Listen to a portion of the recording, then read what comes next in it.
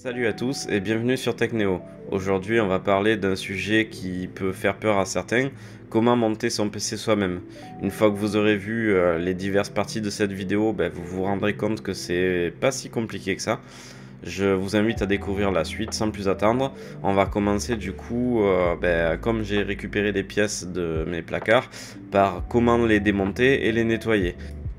Donc on commence avec les slots de RAM. On enlève les RAM en ouvrant les crochets. Voilà. Donc une fois qu'on a enlevé notre RAM, on va commencer par enlever le vent-tirade. Tout simplement donc en faisant des quarts de tour sur ces types de vent-tirades là, les vent-tirades Intel. Donc on fait un quart de tour sur chaque on va dire vis, chaque cale qui vont permettre de retenir le vent-tirade sur la carte mère. Ensuite, on débranchera aussi la petite prise donc, du ventilateur.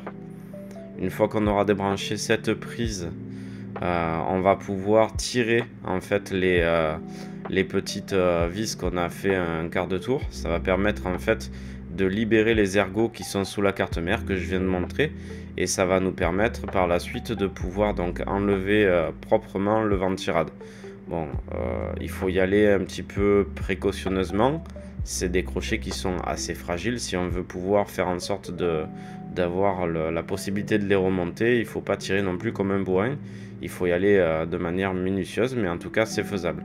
Voilà, une fois enlevé, on obtient donc notre pâte thermique sèche du côté vent-tirade et sur le CPU, qu'on va venir nettoyer par la suite avec de l'alcool isopropylique, voilà, et des cotons-tiges si besoin pour aller dans les angles, en versant un peu d'alcool isopropylique dans un récipient.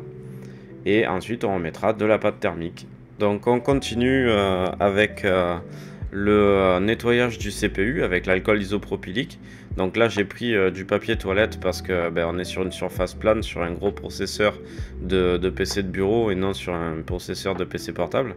Donc l'alcool isopropylique a l'avantage de ne pas contenir d'eau, ne peut pas griller vos composants et dégraisse super bien pour enlever la pâte thermique. Comme vous pouvez le constater, j'ai pas trop besoin d'insister pour arriver à récupérer une surface propre sur le CPU, ce qui va permettre par la suite de pouvoir remettre la pâte vraiment facilement sur une surface vraiment propre.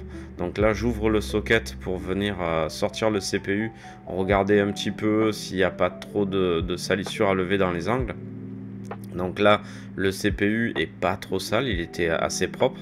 Donc c'est bon pour remonter. Donc là, une fois que on a nettoyé notre CPU et notre vent-tirade, malheureusement j'ai pas la séquence pour le vent-tirade parce qu'elle a sauté à l'enregistrement. C'est les aléas des enregistrements. Donc on remonte notre CPU.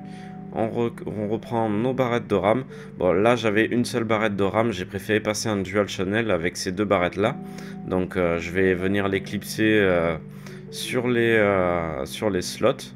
Donc en venant mettre la première sur ce slot là. Voilà. Donc je clipse ma barrette ici en appuyant. Donc on doit entendre un clic pour être sûr que la barrette soit bien clipsée. On passe ensuite du coup à la seconde barrette. Pareil, il faut faire attention d'être bien en face. Il y a un détrompeur donc au milieu de la barrette, et après on a des ergots à chaque extrémité de la barrette qui vont venir faire clipser les cales. Ensuite on prend notre pâte thermique pour venir l'appliquer du coup sur le processeur. Voilà. Du coup, on ouvre la pâte thermique et ensuite on vient appliquer donc une petite noisette de pâte thermique sur le milieu de notre processeur. Voilà, hop, on retire pour récupérer la pâte thermique et pas en gaspiller. On referme le tube qu'on remet dans le sachet.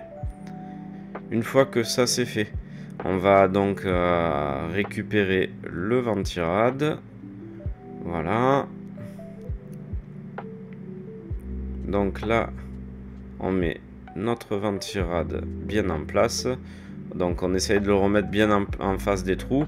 Vous inquiétez pas hein, pour la pâte thermique, même si elle est en contact et que ça bouge un peu, au pire des cas ça étale sur le CPU, c'est pas grave. Quand on va venir clipser tous les clips, ça va écraser le ventirad sur le CPU et ça va encore mieux étaler. Donc là on commence par reclipser toutes les fixations, donc en appuyant, hein, en enfonçant les ergots. Ensuite on fait l'écart de tour pour verrouiller. Comme ça, on est sûr que ça se sépare plus de la carte mère. Voilà. Là, au moins, j'ai fait les 4. Je suis sûr que ça se séparera plus. Donc là, le CPU est bien tenu par les ergots sur les 4 points. Ensuite, on va passer du coup au rebranchement donc, du ventirad. Je vais faire passer le câble de l'autre côté parce que je trouve que c'est plus esthétique. Donc hop, on va passer, voilà, comme ça. Je rebranche sur la prise CPU fan de la carte mère et puis ensuite je fais passer mes câbles proprement pour obtenir un câblage propre et faire en sorte que ça soit esthétique quand on regarde notre PC. Voilà. Donc voilà, vous avez vu un petit peu les composants qu'on va monter dans le PC ensemble. Donc c'est pas des composants de première jeunesse, mais ça suffira pour vous expliquer comment monter le PC. Donc vous avez vu, j'ai levé la barrette de RAM initiale, j'ai remplacé par 2 barrettes de RAM pour passer en dual channel. Si vous savez pas ce qu'est le dual channel, je vous invite à aller voir ma vidéo sur les barrettes de RAM, vous comprendrez mieux à quoi ça sert. Ensuite j'ai nettoyé la pâte thermique sèche sur le CPU et le ventirad à l'aide d'alcool isopropylique, et puis j'ai remonté le tout pour maintenant passer du coup à la suite de la vidéo, le montage du PC, ce qui est un petit peu le but de cette vidéo. Je vous embête pas plus et je vous laisse visionner la suite. Allez, on passe au montage PC du coup. Alors on commence par la plaque IO Shield qu'on met à l'arrière de notre boîtier. Donc celle-ci va venir on va dire encercler toutes les prises de la carte mère. On vient mettre notre carte mère. Ensuite on va la visser. Donc moi là pour la vidéo j'ai mis que 2 vis parce que c'est pas un PC qui va être destiné à rester fonctionnel. Donc voilà, je vous fais l'exemple avec 2 vis, mais bien sûr pensez bien à mettre toutes les vis pour tenir votre carte mère dans votre boîtier, ça sera quand même mieux. Ensuite on va mettre le GPU, donc la carte graphique. Là j'avais besoin d'enlever une équerre PCI Express, donc je l'enlève, je mets ma carte graphique sur la prise PCI Express. Hop, voilà. Voilà. Certaines cartes graphiques ont besoin d'être branchées, celle-là récupère directement son aligne par la prise. Ensuite je vais brancher donc mes câbles, donc les câbles du front panel. Malheureusement ceci était trop court, donc j'ai fini par brancher finalement un bouton que j'avais. Je branche quand même l'USB 3 du boîtier. Voilà, ça c'est le fameux bouton déporté que je vais me servir pour démarrer la machine pour les phases de test, étant donné que j'ai pas pu faire autrement.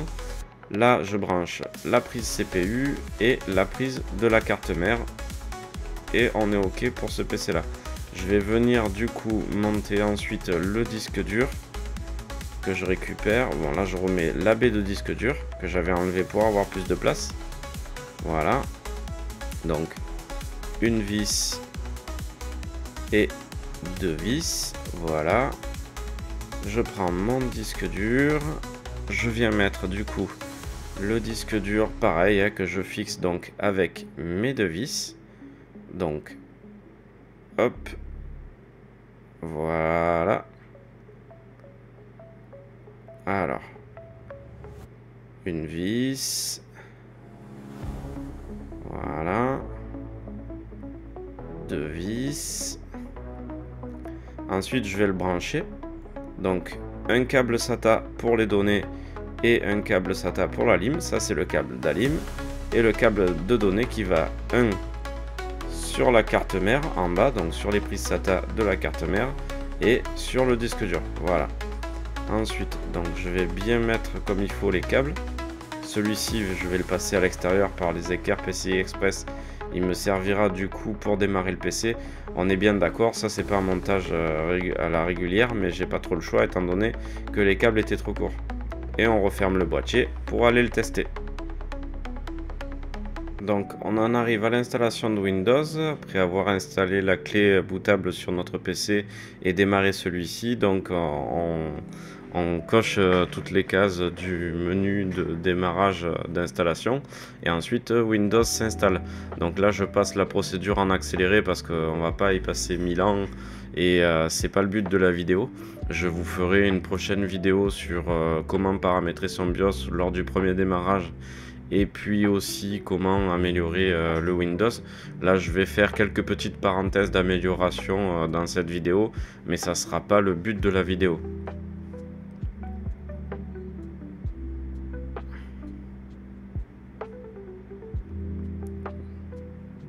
Bon là c'est un petit peu long, mais j'étais obligé de laisser la phase d'installation quand même pour qu'on puisse la voir, pour qu'on puisse voir comment ça se déroule. Donc la copie, la préparation, l'installation. Ensuite le PC redémarre. Donc là quand c'est un vrai PC et non une machine virtuelle, j'ai été obligé de virtualiser un PC parce que le PC que j'ai assemblé, bien sûr, les composants étaient trop vieux pour Windows 11. C'était le seul système que j'avais à ma disposition. Donc je me suis pas cassé la tête avec autre chose. J'ai fait une machine virtuelle sur mon PC afin de vous montrer une installation, quoi.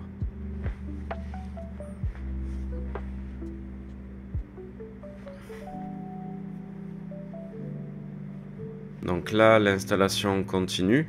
Donc comme vous pouvez voir, le petit curseur au milieu continue de tourner. Voilà, ensuite on arrive sur des phases d'attente. Et ensuite, le PC est en train de préparer le bureau pour nous. Donc l'opération dure plus ou moins longtemps. Donc c'est pareil, je l'ai mise en accéléré pour pas y passer 1000 ans. Donc là, normalement, voilà, on est sur le bureau. Donc je commence toujours par enlever le raccourci Microsoft Edge étant donné qu'on l'a toujours dans la barre des tâches. Donc ça sert à rien d'avoir le Edge sur le bureau. Ensuite, je mets ma corbeille en bas à droite, c'est une habitude, hein. Chacun fait comme il veut. Moi, c'est mon habitude, mais ça ne veut pas dire que vous êtes obligé. Ensuite, je vais épurer un petit peu la barre des tâches. Donc, clic droit dessus, paramètres de la barre des tâches. On attend que ça s'ouvre. Ensuite, on va aller cliquer du coup sur... on enlève donc, ouais, là ils disent qu'il faut activer Windows, ça je vais m'en occuper après, je vous expliquerai plus tard comment on fera. On enlève la vue tâche, les widgets et on affiche que l'icône de la barre de recherche. Ensuite, je vais aller m'occuper de OneDrive que j'enlève. Ensuite, quand OneDrive est enlevé, je fais un clic droit sur la barre des tâches parce que copilote est revenu, donc je vais l'enlever, voilà. Tout est ok, je peux fermer. Je vais ensuite me diriger sur le menu démarrer sur lequel je fais un clic droit. Là, je vais aller chercher le gestionnaire des tâches. Ensuite, le menu démarrer. Et là, j'arrête en fait OneDrive au démarrage. Ça évitera qu'il se redémarre à chaque fois. Ensuite, dans les paramètres, dans couleur, j'enlève l'effet de transparence. Oui, c'est moins joli, mais par contre, votre PC fonctionnera de manière un peu plus efficace. Ensuite, dans système, dans marche arrêt, je vais aller du coup dans utilisation, je vais mettre performance élevée. Mais pour que ça soit en adéquation, je fais Windows R. Ensuite, je tape CTRL pour ouvrir le panneau de configuration. Une fois qu'il est ouvert, système et sécurité. Ensuite, option d'alimentation et je mets les performances élevées là aussi. Donc là, au moins, on a un PC qui utilise vraiment tout ce qu'il peut avoir sous la pédale et il n'est pas bridé. J'en profite, j'épingle aussi les paramètres à la barre des tâches. On va ensuite aller directement donc, dans le système vérifier la veille parce qu'en modifiant ça, ça change les paramètres de veille. Je le mets sur jamais, ça c'est ma manière à moi. Ça ne veut pas dire que vous êtes obligé de le mettre sur jamais. Si vous voulez 5, 10, 30 minutes, vous pouvez. Ensuite, dans Windows Update, je vais aller dans les options avancées, dans l'optimisation de la distribution, interdire en fait à d'autres PC de télécharger les mises à jour sur mon PC ou vice versa. Et je lance les mises à jour du système. Voilà. Là, on aura donc un PC prêt à fonctionner. Mais pour ce qui est donc d'une prochaine optimisation, je vous invite à regarder la prochaine vidéo sur l'installation et le premier démarrage de Windows. Voilà, maintenant que vous avez vu cette vidéo, ben, vous savez comment monter votre PC. Si vous avez des questions, n'hésitez pas à me les poser en commentaire, je me ferai un plaisir d'y répondre. Si cette vidéo vous a plu, n'hésitez pas à me lâcher un petit pouce bleu. Abonnez-vous à la chaîne en cliquant sur la cloche aussi pour recevoir les notifications pour les prochaines vidéos. Et surtout, ben, prenez soin de vous et je vous dis à bientôt pour la prochaine vidéo.